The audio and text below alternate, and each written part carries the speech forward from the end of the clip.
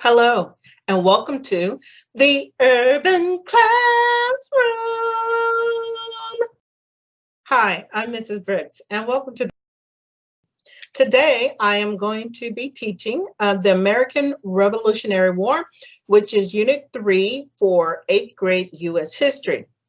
In this class, I'm going to talk about the significant battles and the leaders of the American Revolutionary War.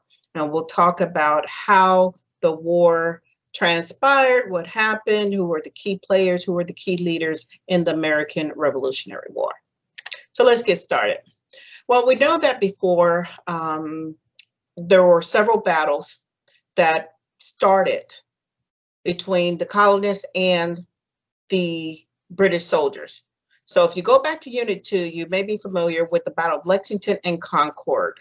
The Battle of Lexington has the nickname the shot heard around the world. Well, this is the beginning, the official beginning of the American Revolutionary War.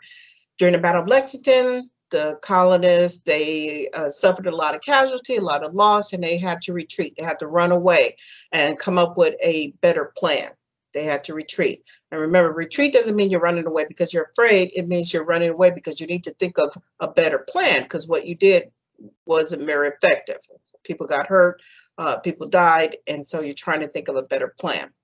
Well, with the Battle of Concord, this is when the colonists started using the sneak attacks, and they waited for the British soldiers like under bridges. They hid behind rocks, they hid in the trees, they used snipers, and the colonists were able to be very successful, and the British Army retreated. So the Battle of Concord gave the Americans this feeling that it's possible that we could defeat the most powerful army that was in the world at this time, which was the British Army. Now, the people who are the representatives from each state, they're called delegates. The delegates, they met in Philadelphia, Pennsylvania. It's right after the Battle of Lexington and Concord. And they're trying to come up with a way to help the Patriots who are fighting, because they're just regular people. It's not like an army. It's just a militia. Militia means it's just a small group of people who have weapons and they try to protect the colony. Well, the Congress is trying to figure out, how do we help these Patriots who are fighting against Great Britain? And so the Continental Congress decided, well, let's form a military.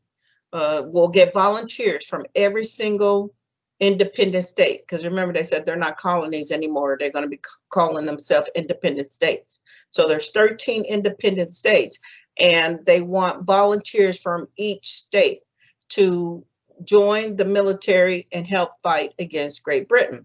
But you're going to need somebody to do that. You need somebody to be like the head leader, the person in charge of all the soldiers who are going to be fighting. And so Congress decides that they want to select George Washington to be the commander of the American Continental Army. Okay, so when I say Continental Army, I'm talking about the Americans, the people who were still colonists in the eyes of the king. Okay.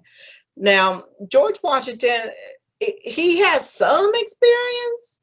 He's not like the greatest leader of all, but he did fight in the French and Indian War, so he knows a little bit about the military, and he thinks that he could do a pretty good job. Now, Washington, he accepts the position. He says, yes, I will be the commander of the army. But then he says, but I don't want you to pay me. I'm not going to accept any money at all. Now, I don't know about Washington, but soldiers today, we don't just be in the military fighting for no reason and not getting paid. You have to pay soldiers. But Washington, he was a little bit different. He said he didn't want the money. It wasn't even about the money.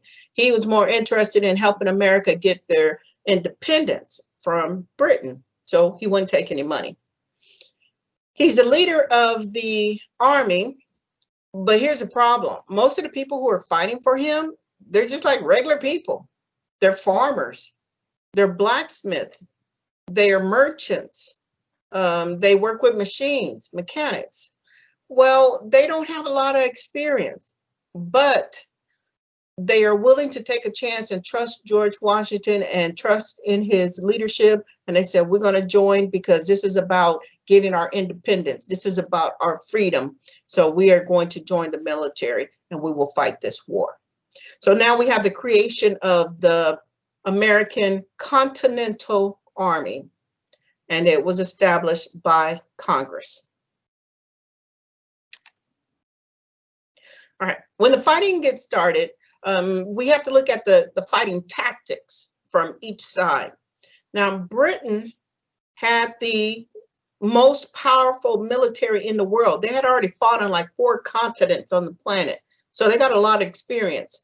The soldiers from the British Royal Army, they are very skilled. They have experience. They're trained. They're financially funded and well equipped. So anything that the soldiers needed to fight this war, the King George III, he's going to make sure they have it. Now, when the British soldiers fight, it's very organized. They fight in columns. They fight in rows, because the kind of weapons that they use during this time is not like the weapons that we have today. For example, to fight in this battle, and you have a rifle, it takes like 5 to 7 seconds to reload your weapon after it's fired. That means you got to have your weapon. You have to like put the gunpowder in. You put the little mini balls, they like little round pellets. They go inside. You have to push them down. There's different instruments that you use to load it, but it could take a good minute.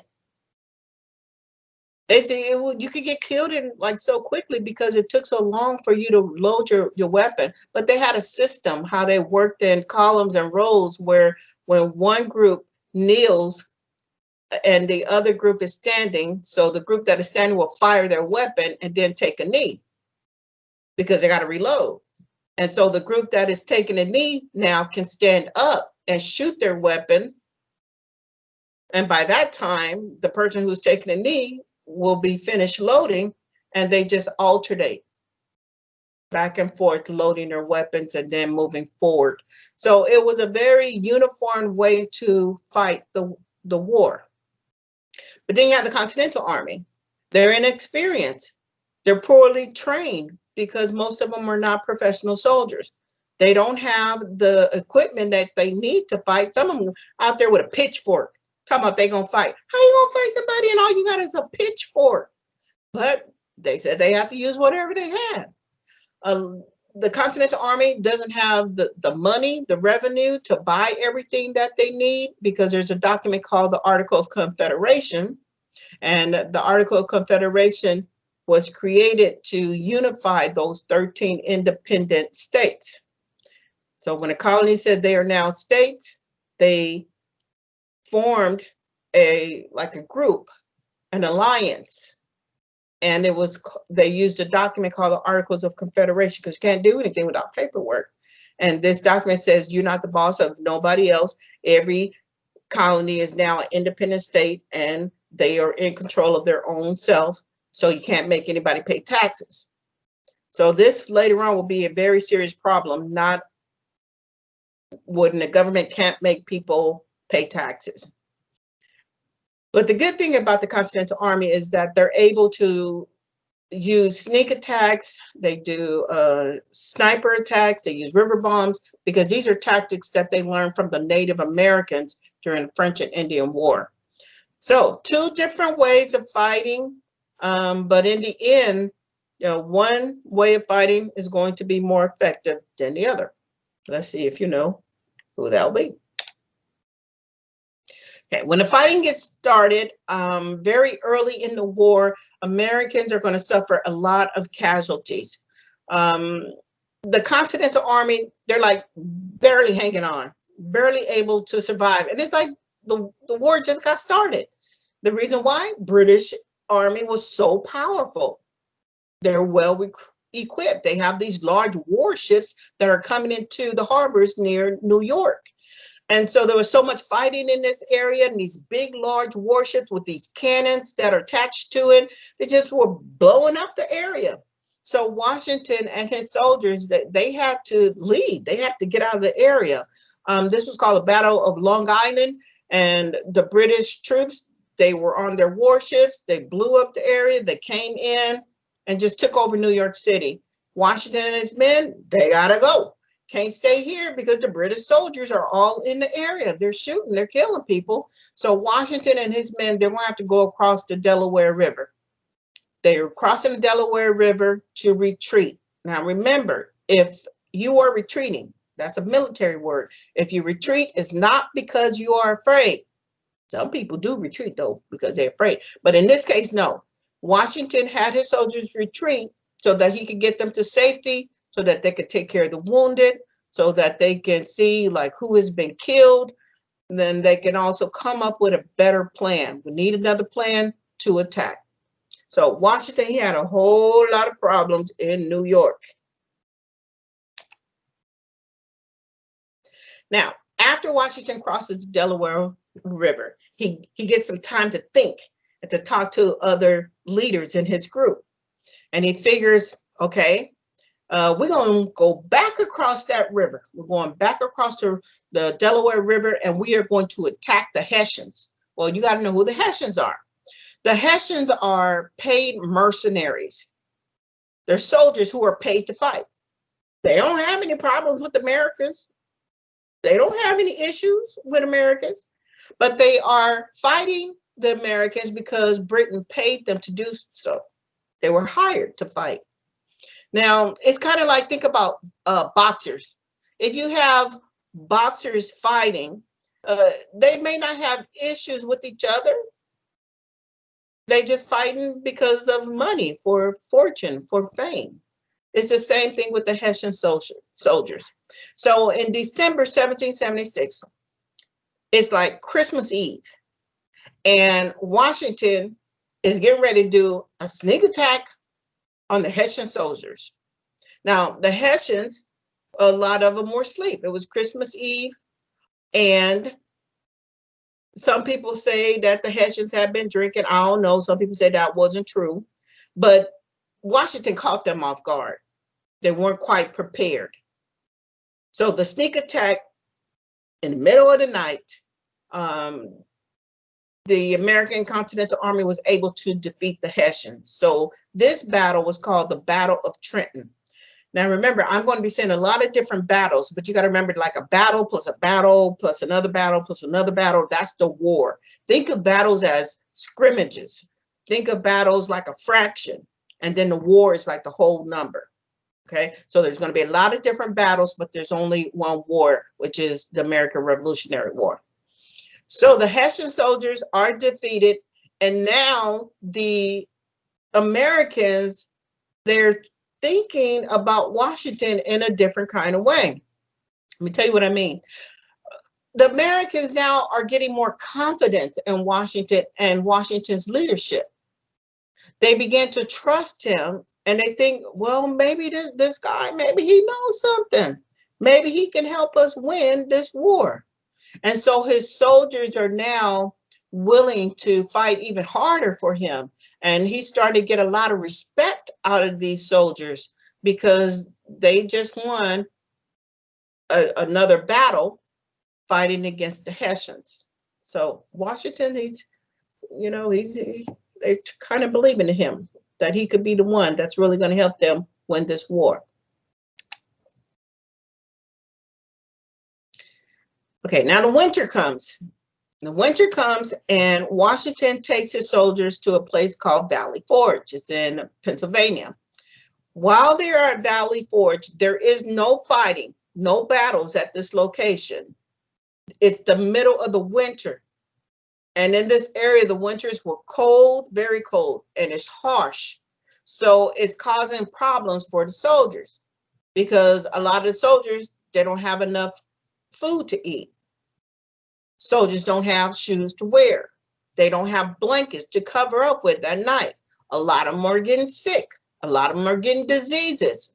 A lot of them just said, forget this. I'm not staying here. I'm going home. I'm going with my kids and find my wife because I'm not doing it anymore. This is ridiculous. Why am I gonna stay here and suffer and die? So some people, they left and they didn't have permission. Now, that's called being AWOL. You better not do that. If you join the military and you go AWOL, oh, your life's about to get messed up. AWOL means absent without absent without leave. You didn't get permission. You couldn't go. Absent without leave. No permission to leave, but you left anyway. If you do that today, they'll put information in your records. It'd be hard to get a job. It'd be hard to go to school. It just causes a lot of problems. So if you do anything in the military, remember, you always got to have paperwork. There are people who don't want to be in the military. They said, okay, I joined, but I made a mistake. I want to get out. And so you have to do paperwork to get out and then wait for permission. But during Washington's time, people just said, forget that. I'm just leaving. Now, Washington experienced a lot of bad things, and his soldiers are experiencing a lot of bad things at Valley Forge. And as a leader, you have other leaders, they lower than you, but you have other leaders in your group that's supposed to give you information and supposed to help you out. You have like platoon leaders and platoon sergeants, you have squad leaders, different ranks of people who are supposed to be helping you. But a lot of them, they talking behind Washington's back. He gonna get us killed. He don't know what he doing. Did you see what he just did? See, they're talking about him behind his back, and that's kind of tough. When you like the person in charge, you're supposed to be the leader, but people doubting you and they like talk about behind your back. That's not good. But Washington, he didn't let that get him down. Washington, he's like, we're gonna make the most of this time. We'll get the help that we need. We just gotta stay together. We gotta stay strong. We gotta do what we need to do. We're soldiers. Well, this was hard because a lot of soldiers like, you know, why he can't just get us shoes? Why he can't just go buy the food for us? Well, he can't, because you can't do anything without paperwork. There's paperwork called the Articles of Confederation. It's that document that says you cannot make people pay taxes. Well, if the people are not paying taxes, that means Washington don't have the money. It does not have the money to buy what the soldiers need to take care of them. So he's just in a bad situation. And when you're a soldier, sometimes you're gonna find yourself in a bad situation. You just have to deal with it. Now, Washington is going to get some help. Okay, Congress did get some money because they asked other people, you know, can you make a donation? Can you help the military? And so Congress will be able to give some money to take care of the soldiers. But the real help is going to come from a man named Baron von Steuben. Now, Baron von Steuben, he is a military officer, but from the country of Germany. Now, he's not a Hessian, that's a whole different group. He was a military officer in Germany, but he got into a little bit of trouble. Now, I won't even say that it's trouble because it really was his personal business. But the issue is that Baron von Steuben, he was gay. He was gay, and back during this time, if you were gay, you could get yourself in a lot of trouble. You could lose your job. You could get arrested, put in prison for being gay. So he got into some issues with his government about being gay, and so he left. When he left, he came to help George Washington. So George Washington's like, I don't really care nothing about your business. I want to know, can you teach my soldiers? Can you help me fight? Can you help me win this war? That's the way that Washington was thinking. He didn't care about that man's personal business. What he cared about is, can you fight? Can you teach my soldiers how to win this war? And Baron von Steuben like, yep, I can do that. So Baron von Steuben, he is going to teach the Americans these specialized fighting tactics. In a way, it's like he was doing stuff that the Navy SEALs and special ops people do, military people do. He taught the Americans like how to be commandos, and he would teach like a group, and then all the group will become leaders, and then they will teach other people. So if you worked with Baron von Steuben and his special group, then you were going to become a leader, and then you would get probably like 15 people and you would train them. So they trained each other. Baron von Steuben also is going to teach drill and ceremony. Now, drill and ceremony is about marching and moving in an orderly manner from one place to another place. In the military today, we still learn how to march and move from the things that Baron von Steuben wrote down, and that was what, couple of hundreds of years ago. We still learn in the military from Baron von Steuben because he knew how to do his job. He taught those soldiers. He trained those soldiers. He disciplined those soldiers. When he said do something, they would ask him, well, why we got to do that? He would break it down. He explained it to them, but then he wanted them to go ahead and do it. So Baron von Steuben, he was very successful in teaching those soldiers at Valley Forge. And so Washington is like he made a bad situation turn out all right. It's like, yes, we're suffering. Yes, we don't have everything that we need. We don't got the food. We don't have blankets. We suffer, and a lot of people are sick and they're dying. But they figured out what they were doing wrong. They made some changes. Baron von Steuben came in and he helped train the men who were well, and they were able to survive during the winter over there at Valley Forge. All right, so now we got the Battle of Saratoga. The Battle of Saratoga is going to be a turning point. See, remember I told you Washington didn't have the money to buy everything that he needed for the soldiers?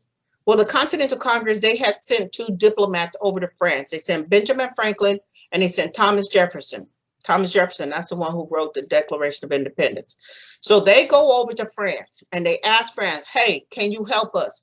Can you give us money? Can you lend us money? Can you give us soldiers? Can you give us weapons? And we're trying to fight this war, but we just need a little bit help. So Benjamin Franklin and Thomas Jefferson, they asked France, can you help us? And France said, nope, we can't help you.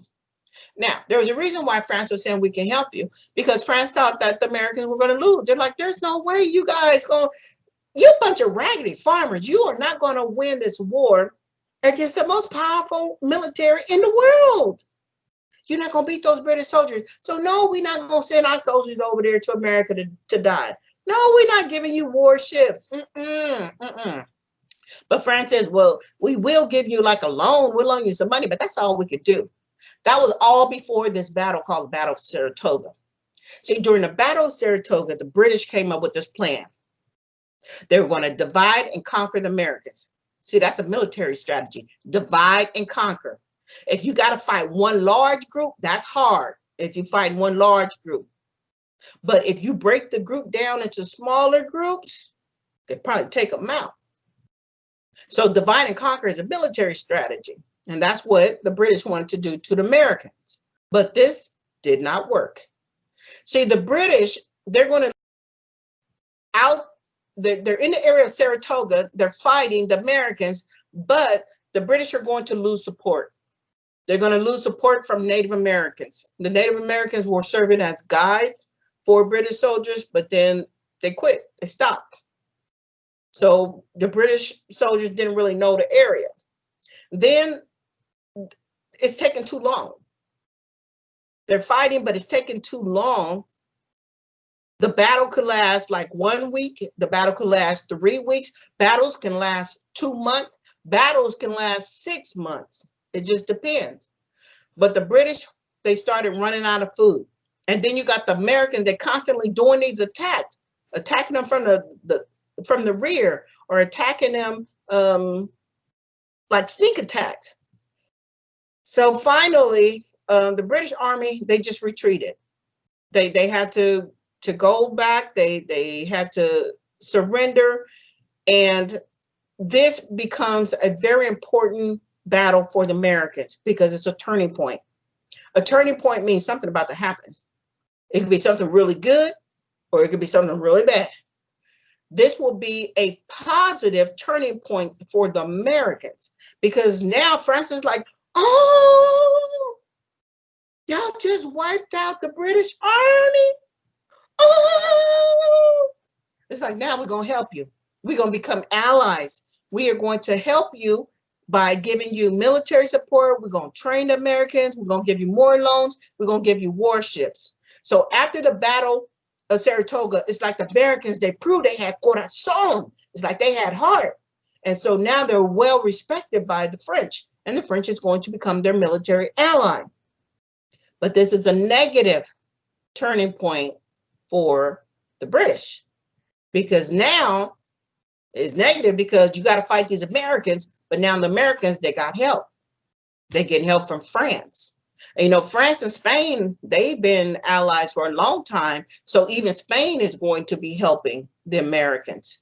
This is becoming an international war with more allies. So the Battle of Saratoga, that's a turning point where Americans now are like really feeling that they got hope, that they can win this war because things are getting better for them. More allies, more support. Now they're going to have more ships, more training, more money. There's a person, his name is the Marquis de Lafayette. That's like how I like to say his name like that. The Marquis de Lafayette. Okay, so the Marquis de Lafayette, he's a military leader and he is from France. He is going to be teaching the American soldiers how to use the warships. See, America during this time didn't even have a navy. They don't got no navy, they got no money. So since they didn't have any money, they couldn't buy ships. They had to rent ships. They in the middle of the war and they got to rent ships because they don't have money. But the Marquis de Lafayette, he is going to come to America and he is going to help the Americans and teach them how to use the cannons that are on the ship to fight. And because when you shoot that cannon, big old cannonball, like the size of a basketball, it goes miles across from one location to the next location. But the goal is to make that cannonball go into the ship that is next to you and sink that ship, cause it to catch on fire and cause it to sink. So the Marquis de Lafayette, he is going to go to America. He will teach the soldiers how to fight on sea.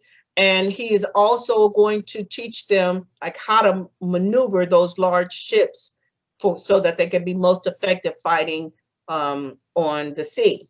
So now you got soldiers, American soldiers fighting at sea, but they're also fighting on land as well. So thanks to the Marquis de Lafayette, the Americans are getting more support and they're able to learn how to use the warships. The Americans are going to be able to get even more support. Okay, so George Washington is important, but George Washington is one person.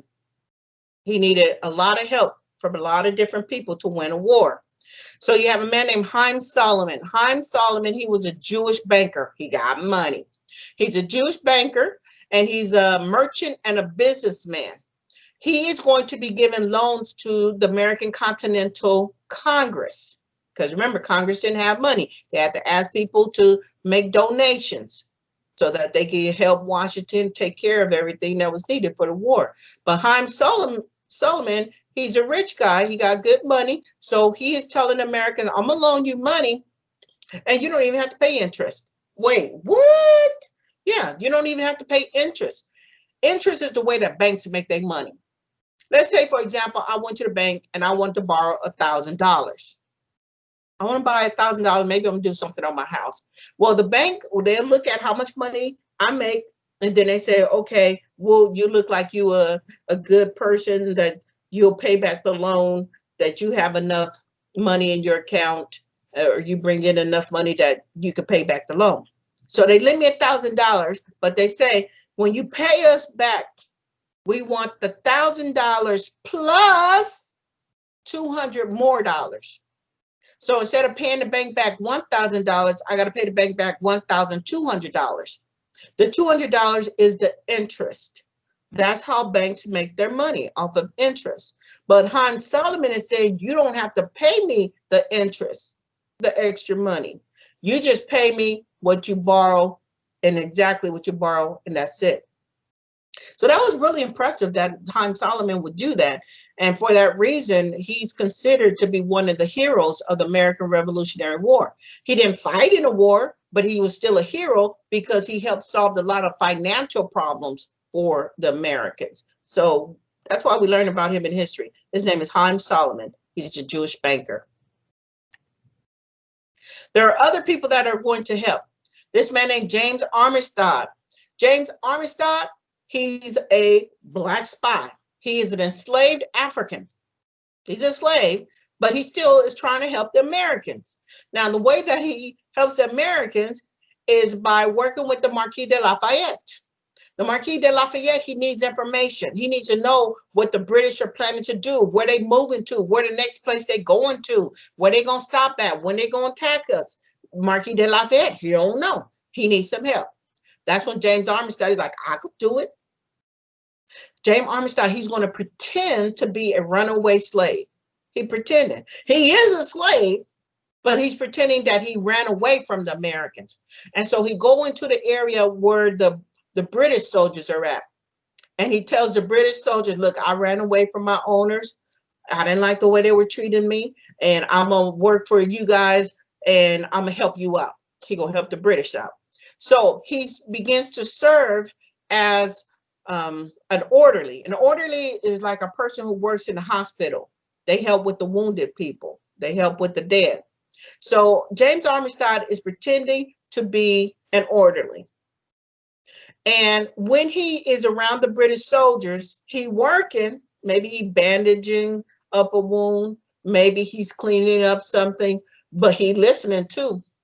He listening for all their information. And they just talking because they say, you know, he's just a slave. He, you know, he's nobody. They don't really care. They just, you know, handling their business. But Armistead is listening. And Armistead is getting the information. He gonna collect that information, and then at night he sneak back to the American side, and then he tell the Marquis Lafayette everything they doing. Oh, they're getting ready to attack. They're gonna do it at this time. They're gonna be at this place. See, he's just giving all the information. I ain't gonna say he was a snitch, but he was a spy, and the military always uses spies to help them get their job done. And so James Armistead, he is also considered to be a hero of the American Revolution because he gave really important information to the Americans during the war. So we honor him for that. That's James Armistead. He's the black spy. Then you have John Paul Jones. John Paul Jones was a Scottish Navy captain. He's come from the country called Scotland. He was an immigrant. Now he is going to be a Navy hero. See, Americans had rented some ships and got some ships from France. So John Paul Jones, he has a ship, but it's a small ship. The ship that Britain fight with, probably twice the size, huge ships. So the British soldiers, they told John Paul Jones to, you just need to quit. Just stop. You're not going to win. Look at your little tiny ship. Boy, gone. But John Paul Jones, he doesn't listen to that. He says, well, they ask him to surrender. And he says, I've not yet begun to fight. Now, that's how it sounded back in the day, like that. He said, I've not yet begun to fight. But what he was really saying is like, what? If you think I'm going to stop now, just wait. You ain't seen nothing. That's how he was. Like, I have not even started. You think this is something, wait till I really get started. So John Paul Jones, he was able to move his little small ship all around the big ship and shoot at it, fire the cannons. And he actually helped the Americans to get their first victory from a warship.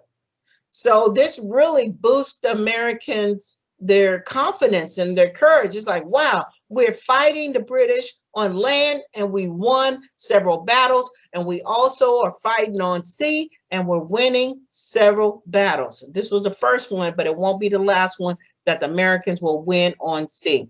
So we consider John Paul Jones to also be a hero of the American Revolutionary War, because this is where America got their first victory from a warship. Now, Bernardo de Galvez. Bernardo de Galvez is a Spaniard. He lives in the colony of Louisiana. Now, Louisiana did not belong to the Americans. That's Spanish territory, just like Florida. Florida did not belong to the Americans. That's Spanish territory. But Bernardo de Galvez, he's close to the Americans. So he is offering to help fight this war. He's a Spanish governor of Louisiana, and he provided the Americans with food, and he also provided the Americans with ammunition. Now, Bernardo de Galvez is also close to the Mississippi River. Louisiana. He's from Louisiana, and that's close to the Mississippi River. And so the Bernardo de Galvez, he is going to use his soldiers, because he's a commander. He has Spanish soldiers, and they are going to stop the British from using the Mississippi River. Now, rivers are very important. As soon as I said rivers, two things should have came into your mind. Two things should have came into your mind as soon as I said river.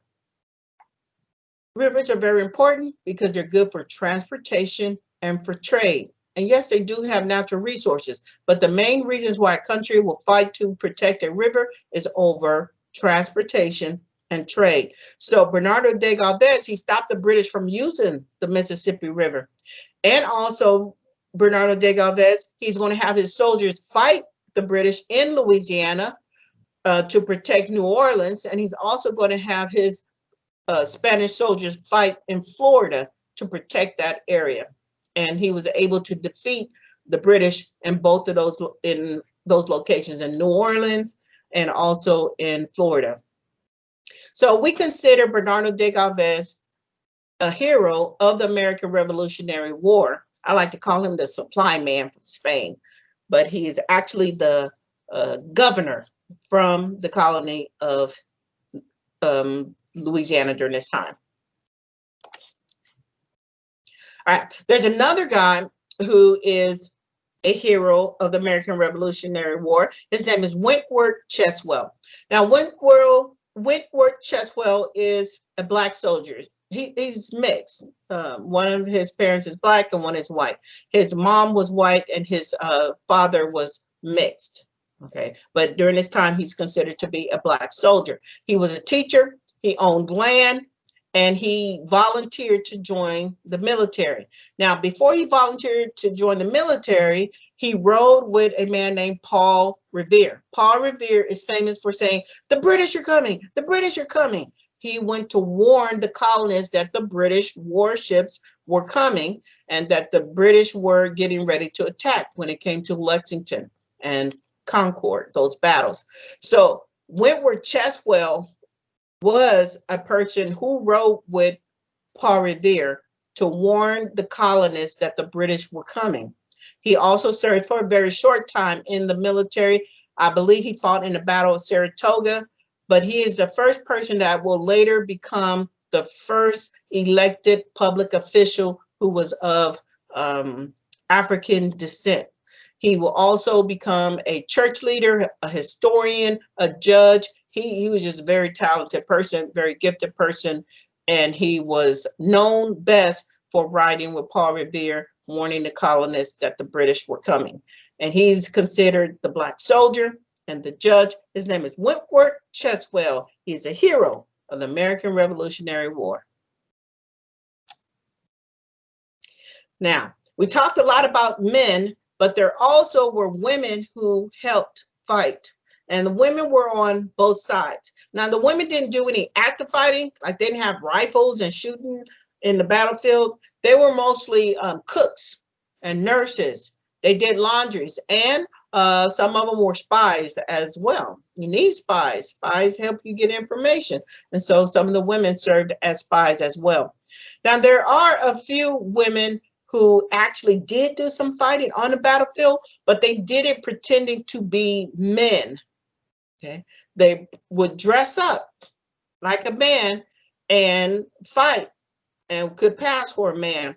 There was one lady, I believe her name was Deborah Lawson, I believe her name is.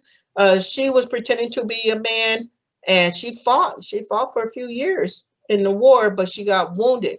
And when she got wounded and she had to go see the doctor, that's when they found out that you're really a woman. And she was able to, well, they kicked her out, but she was able to go to court and say, well, I should receive pay for my service. And she actually won her court case, and they went ahead and paid her. And I believe her name was Deborah, I want to say Sampson, actually. Deborah Sampson, I believe her name is. You have to check. And then there's Molly Pitcher. Molly Pitcher is the woman that you see in the bottom right-hand corner of the screen. Her husband was in the military, and she was a person who would serve water to the soldiers. and you would serve it in what is called a pitcher. That's how she got her nickname, Molly Pitcher, because she carried the pitcher of water to give to the soldiers who were fighting. But when she was out there, it was in the middle of a battle, and her husband got wounded. When he fell to the ground, like, she just threw down her water pitcher and she loaded a cannon and fired it. Now, that was unheard of during this time, that women would actually do some kind of action or fighting on the battlefield. You didn't do that. That was not a woman's place during that time. But we give her credit for her support. Her name was Molly Pitcher. All right, so you have different groups of people who are supporting both the British Army and the American Continental Army. You have slaves or enslaved people. You have women, you have Native Americans, and you also have patriots. You have the Loyalists too, working on both sides to get support, to provide support during the war. All right, we're getting close to the end of this lesson. Let's take a look at the advantages. You got the Americans. The Americans have the homeland advantage. If you watch sports, home court advantage. When your people are in the area and you know that area, that is an advantage for you. Just like when you're playing a game at home compared to playing a game that's away, you got more support when you're playing at home. So the Americans, they're fighting this war on their own land. They know the territory. They know it well. They know the good hiding places. They know the good fighting positions. They know where they can go, where they can have an advantage on the British soldiers. So that is going to be a plus, a good thing for the Americans. Also, the Americans now have allies. The French are providing support, and as well as the Spanish. Spain is providing some support for the Americans. Now, the Americans, they don't feel like they actually have to like shoot and kill everybody to win. That's not their strategy. The Americans, their strategy is to make Great Britain lose so much money that Great Britain will think that it's not even worth fighting this war anymore, and that Great Britain would just leave, quit, and give up. Make them run out of money. That's the American strategy. That's a little bit different from Britain. Britain has some advantages too. So the population in Great Britain was much larger than the American population. Now, if your population is large, that means you're going to have a lot of men and a lot of women. But it's important to have a lot of men because those men can serve as soldiers. So the British Army was way larger than the Americans. They got more soldiers. And then Britain had the advantage because they were well trained, financially funded. They had the equipment that they needed.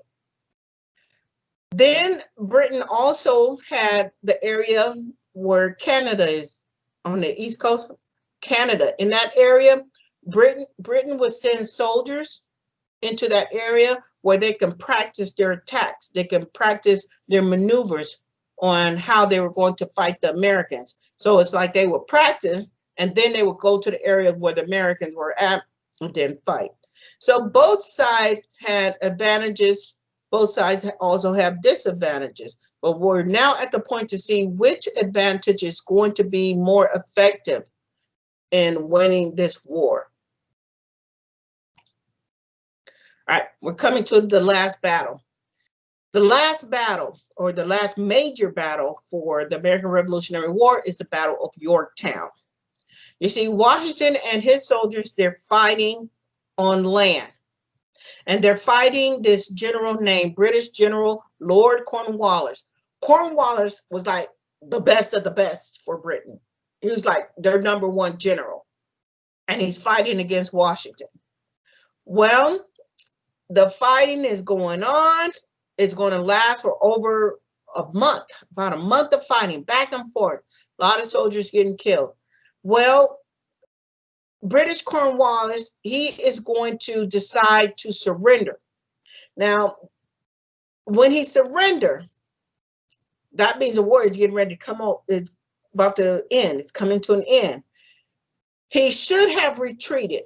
Retreat means you run away, not because you're scared, but because you need a better plan. But he cannot retreat. Here's the problem. Washington is blocking him. Washington and the soldiers are fighting him on land.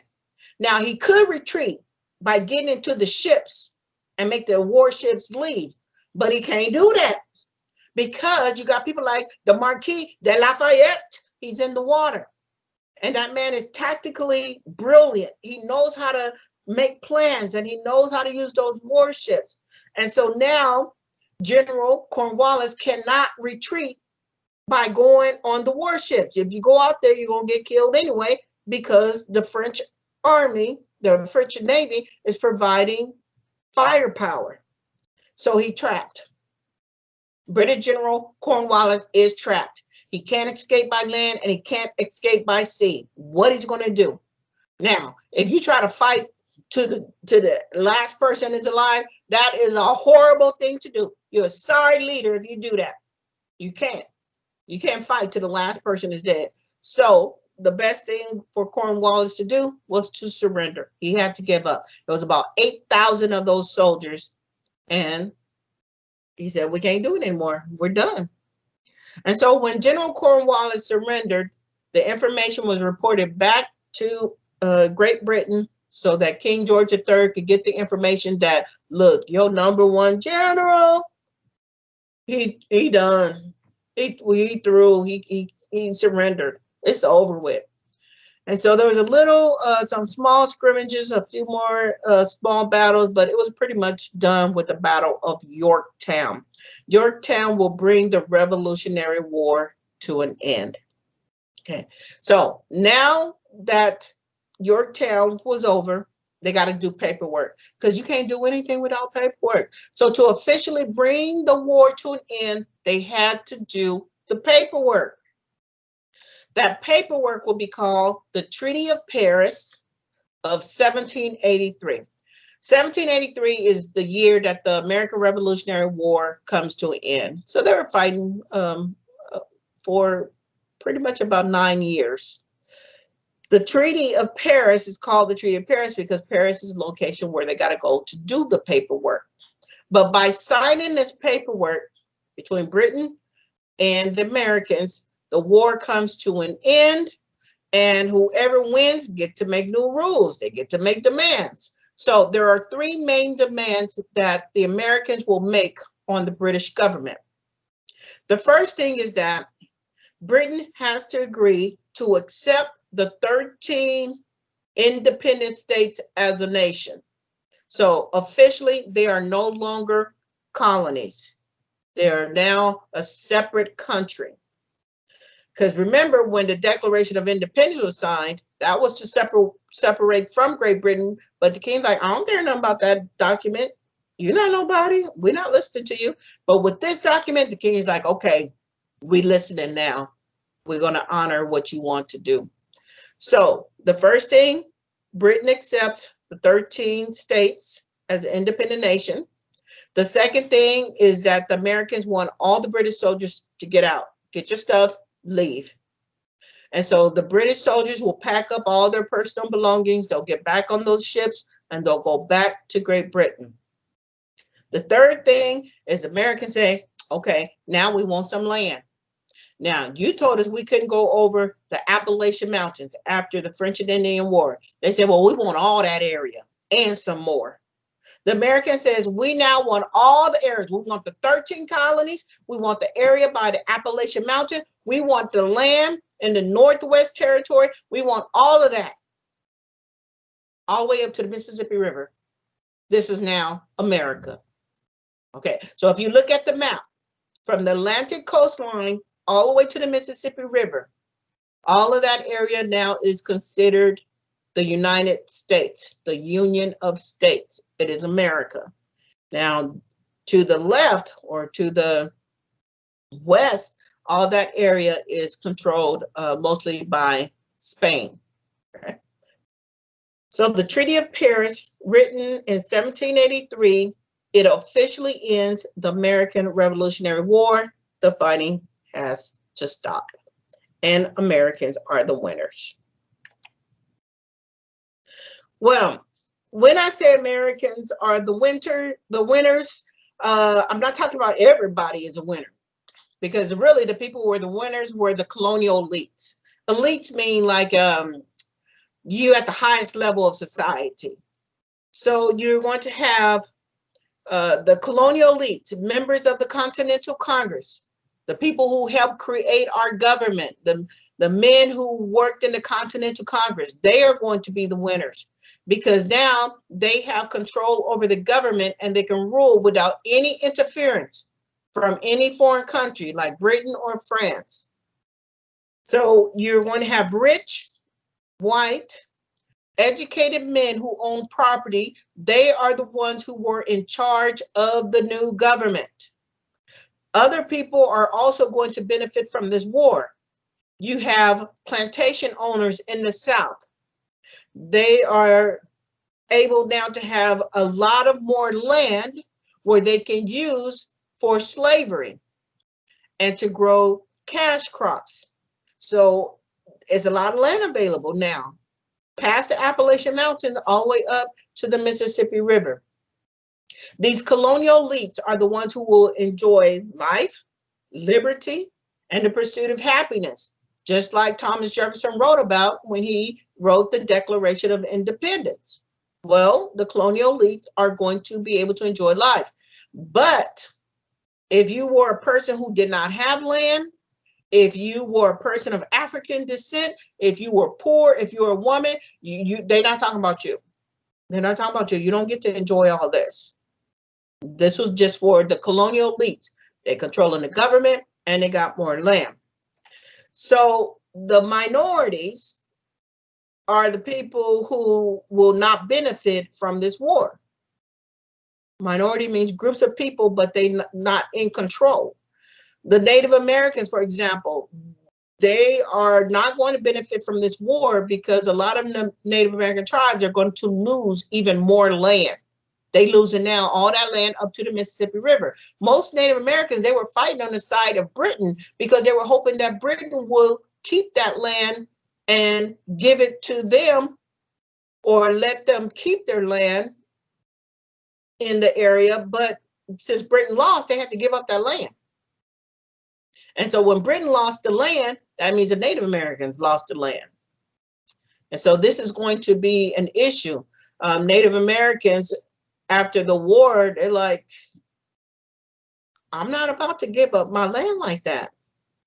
See, the Americans, they start making maps. They start drawing maps and saying, okay, we own this land. This area is ours, and we don't really care who's in it. They're going to have to leave. And Native Americans like, no, we don't really care nothing about that map you're drawing. And so there was some fighting that continued after the American Revolutionary War between Native Americans and between the Americans over land.